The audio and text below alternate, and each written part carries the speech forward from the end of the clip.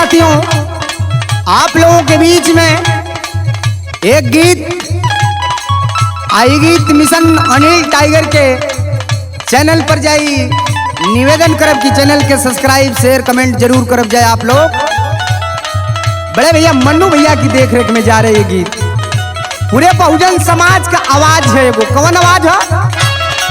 नीला रंग झंडा को गगन में फहरात बा,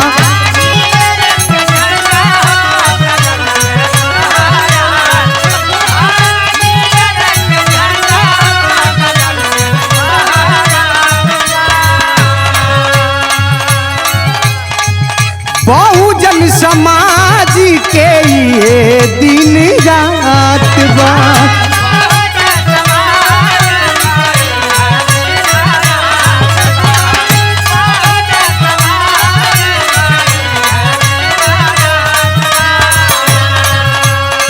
नीला रंग झंडा को गगन में फहरात बा, बहुजन समाज के ये दिन रात बा।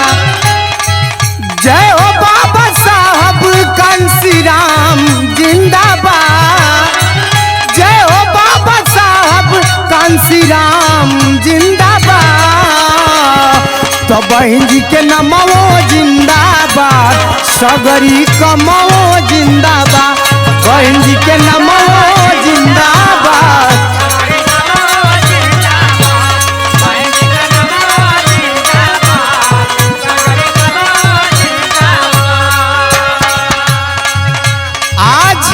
हमरा से आपसे जय भीम लोग कहता, संविधान बाबा साहब का फोटो लगा के संविधान बचावे के चक्कर में ये वही लोग हैं मनुवादी विचारधारा के लोग जिन्होंने बाबा साहब के अंबेडकर पार्क को अय्यासी का अड्डा बताया गया।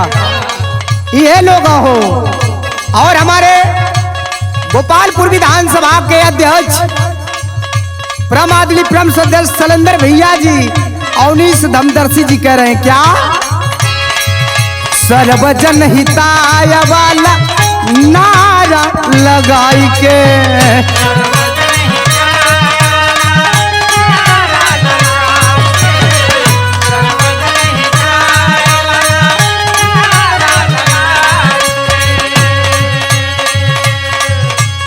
सर्वजन सुखाय कैलू शासन चलाई के,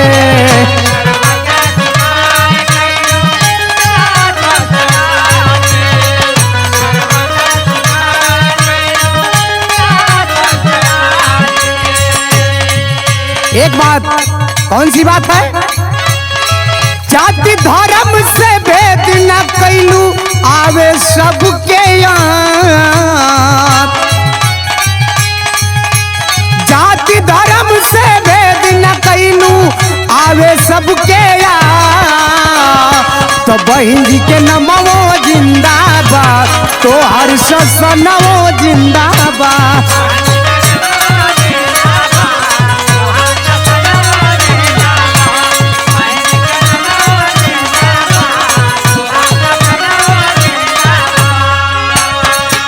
पूरे बहुजन समाज से हमार निवेदन है कि आज ले जवन समाज जय भीम ना कहलस, बाबा साहब के दुदकार देलस, आज वो समाज जय भीम करत हो।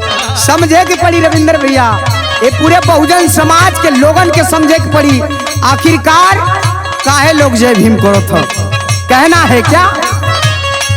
मिटल भ्रष्टाचार,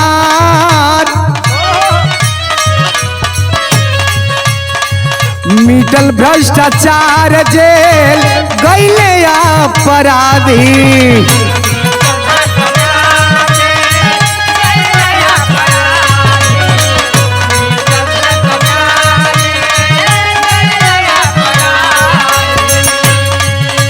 आपके शासन में जवनी ओरिया नजर घूमे, जवनी ओरिया नजर घूमे आ गई आधी,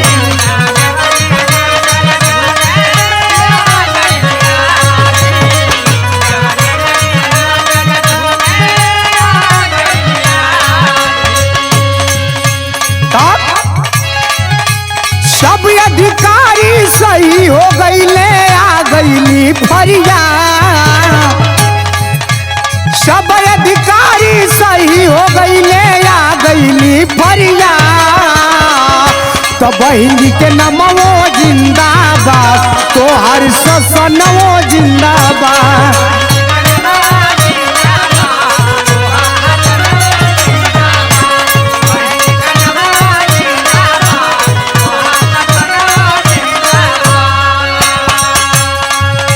आखिरी लाइन में कहना चाहेंगे अपने पूरे बहुजन समाज से हम निवेदन करना चाहेंगे कि अनिल टाइगर का बात मानना लोग। आदरणीय उत्तर प्रदेश की 4 बार मुख्यमंत्री रही माननीय बहन जी का बात मान लीजिए, नहीं तो आने वाला भविष्य, आने वाला समय तो हम लोगों का खतरा में है, संविधान खतरा में है। चमरौटी में खाली संविधान बाबा साहब का फोटो लगा के लोग जय भीम करत है। ये ठगवन से चोरवन से सजग रहे खड़ी कैसे। बहुजन समाज के, बहुजन समाज के बाटुआन बान हो,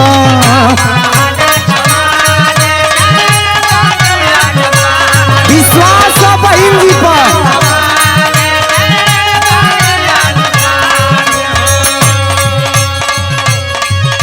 बाबा साहब के मिशन के पूरा करी, अपने सत्ता सरकार में कैला के कहना है।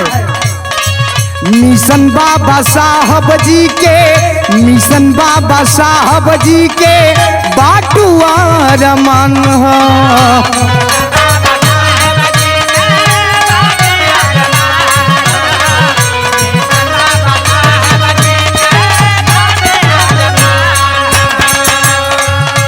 आई शोभनाथ प्रधान कोलवा रवना पार का आवाज हो। मिशन बाबा साहब जी के बाटुआ रमान हो।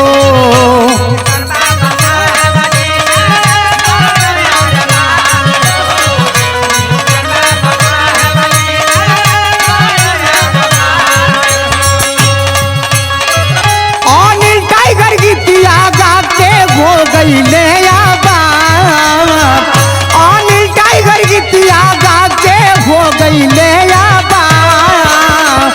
तब बहन जी के नमवो जिंदाबाद, तोहार ससनवो जिंदाबाद, बहन जी के नमवो जिंदाबाद।